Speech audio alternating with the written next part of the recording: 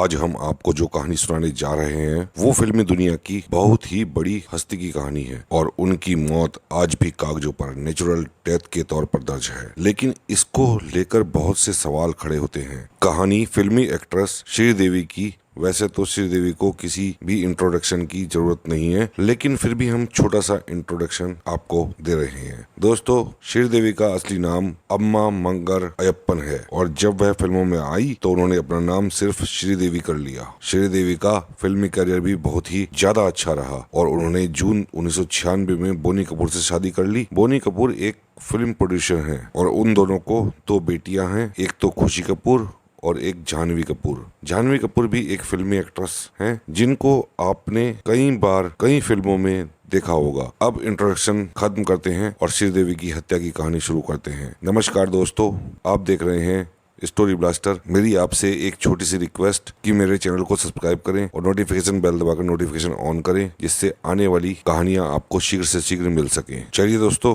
चलते हैं कहानी की तरफ। 25 फरवरी 2018 को सुबह सुबह पूरे देश में एक खबर फैलती है और वह खबर यह थी कि फिल्मी कलाकार श्रीदेवी की मौत हो गई है। पहले तो जिसने भी यह खबर सुनी उसने यकीन नहीं किया, लेकिन फिर कंफर्म हो गया कि श्रीदेवी की मौत हो चुकी है। उनकी मौत का कारण यह बताया जा रहा है कि उनकी मौत अचानक हृदय गति रुकने की वजह से हुई है। तो चलिए मिलकर जानते हैं कि पूरी कहानी क्या है। दरअसल 21 फरवरी 2018 को मोहित मारवा नाम के एक शख्स की शादी थी। शादी दुबई में थी और उसी शादी को अटेंड करने के लिए श्रीदेवी अपने पति बोनी कपूर के साथ और अपनी बेटी खुशी के साथ दुबई गई। इस शादी में और भी एक्टर डायरेक्टर गए हुए थे। उनकी फोटो भी सोशल मीडिया पर आ रही। यह शादी बड़े ही धूमधाम से पूरी हो जाती है और 22 फरवरी को सभी मेहमान अपने अपने घर आने लगते हैं। बोनी कपूर भी अपनी छोटी बेटी खुशी कपूर के साथ वापस इंडिया लौट आते हैं, क्योंकि उनको यूपी में होने वाले इन्वेस्टर मीट में भाग लेना था। लेकिन उनके साथ श्रीदेवी वापस नहीं लौटती। इसके पीछे दो कारण बताए जाते हैं। नंबर 1, उनको अपनी बहन से मिलना था जो दुबई में रहती थी। नंबर 2, उनको अपनी बेटी जाह्नवी कपूर के लिए कुछ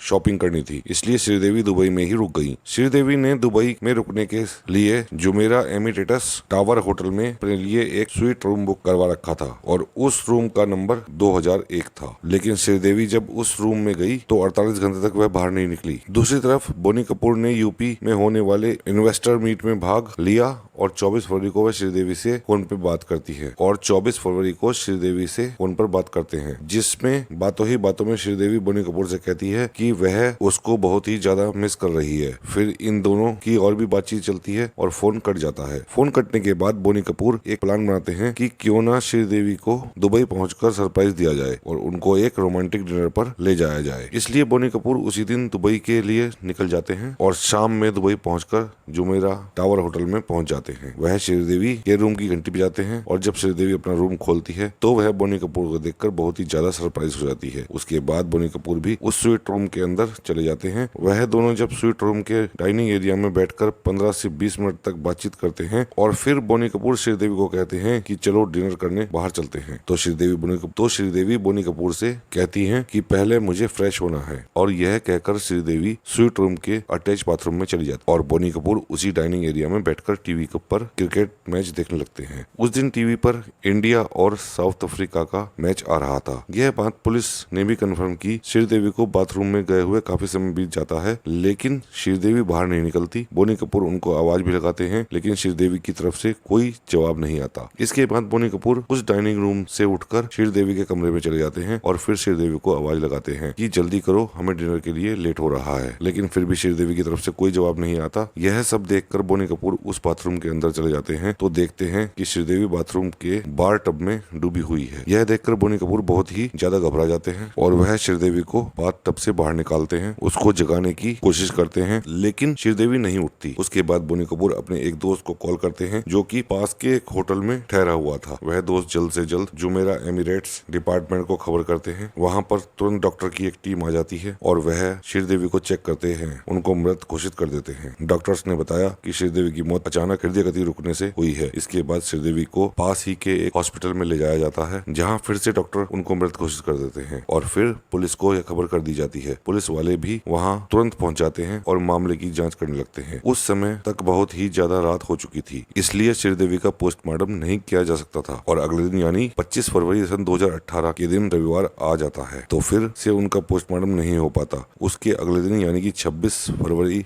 2018 को श्रीदेवी का पोस्टमार्टम किया जाता है और उस पोस्टमार्टम रिपोर्ट में आया कि श्रीदेवी की मौत डूबने की वजह से हुई है। उनके फेफड़े में बहुत ज्यादा पानी भर गया था, इसी कारण से उनकी मौत हो गई है। पोस्टमार्टम रिपोर्ट में एक और बात सामने आई, श्रीदेवी के मरने से पहले बहुत ही ज्यादा अल्कोहल ले रखी थी। जब यह बात सामने आई तो यह केस डीपीपी को सौंप दिया गया। दुबई पब्लिक प्रोसिक्यूटर यानी कि डीपीपी ने यह जांच भी करवाई कि कहीं श्रीदेवी को जहर देकर तो नहीं मारा गया। उस होटल के सभी सीसीटीवी फुटेज को भी बहुत ही ज्यादा ध्यान से देखा गया, लेकिन श्रीदेवी के रूम में लास्ट एंट्री बोनी कपूर और उसके दोस्त की ही थी। उसके बाद पुलिस बोनी कपूर से भी पूछताछ करती है। दूसरी तरफ दुबई के एक अखबार खलीज टाइम में छपा था कि बोनी कपूर से 4 से 5 घंटे की कड़ी पूछताछ की गई, लेकिन दुबई के ही एक और अखबार गल्फ न्यूज ने यह न्यूज छापी कि बोनी कपूर से सिर्फ बयान लिया गया, उनसे कोई भी पूछताछ नहीं की गई। डीपीपी ने अपनी पूरी जांच कंप्लीट कर ली और उन्होंने बताया कि श्रीदेवी की मौत पानी में डूबने की वजह से हुई है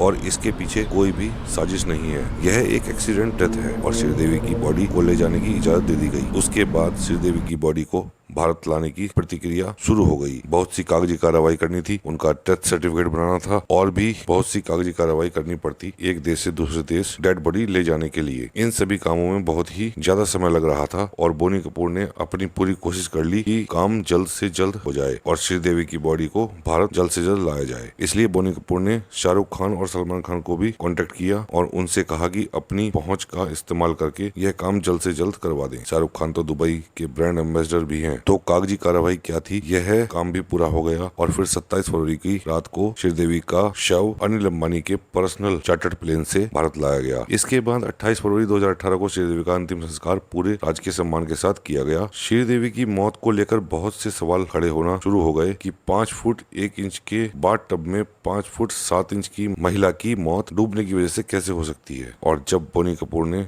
श्रीदेवी को बाथ टब में डूबा हुआ देखा तो उन्होंने डॉक्टर की जगह अपने दोस्त को क्यों कॉल किया, श्रीदेवी को तुरंत हॉस्पिटल क्यों नहीं ले जाया गया। यह सब चल ही रहा था कि डायरेक्टर सुनील सिंह ने एक बड़ा खुलासा किया और उन्होंने कोर्ट में इंडिपेंडेंट जांच करवाने की अर्जी डाली। यह बड़ा खुलासा यह था कि श्रीदेवी ने मौत से साल भर पहले ही ओमान में अपना एक 240 करोड़ का इंश्योरेंस करवाया था। इंश्योरेंस करवाना अजीब बात नहीं है, बल्कि इंश्योरेंस की शर्तों में कुछ अजीब बात है। इस इंश्योरेंस की शर्तों के अनुसार परिवार को 240 करोड़ रुपए मिलेंगे जब श्रीदेवी की मौत दुबई में हो और वह भी नेचुरल डेथ। इंश्योरेंस इस बात ने भी बहुत ही ज्यादा सुर्खियां पकड़ी, लेकिन कोर्ट ने इंडिपेंडेंट जांच की मांग को खारिज कर दिया। तो दोस्तों, यह थी श्रीदेवी की मौत की पूरी कहानी। अगर आपको यह कहानी पसंद आई हो तो हमारे चैनल को सब्सक्राइब करके जरूर जाएं और नोटिफिकेशन बेल दबाकर नोटिफिकेशन ऑन करें। जल्दी मिलते हैं एक नई कहानी के साथ, तब तक के लिए सतर्क रहें। जय हिंद,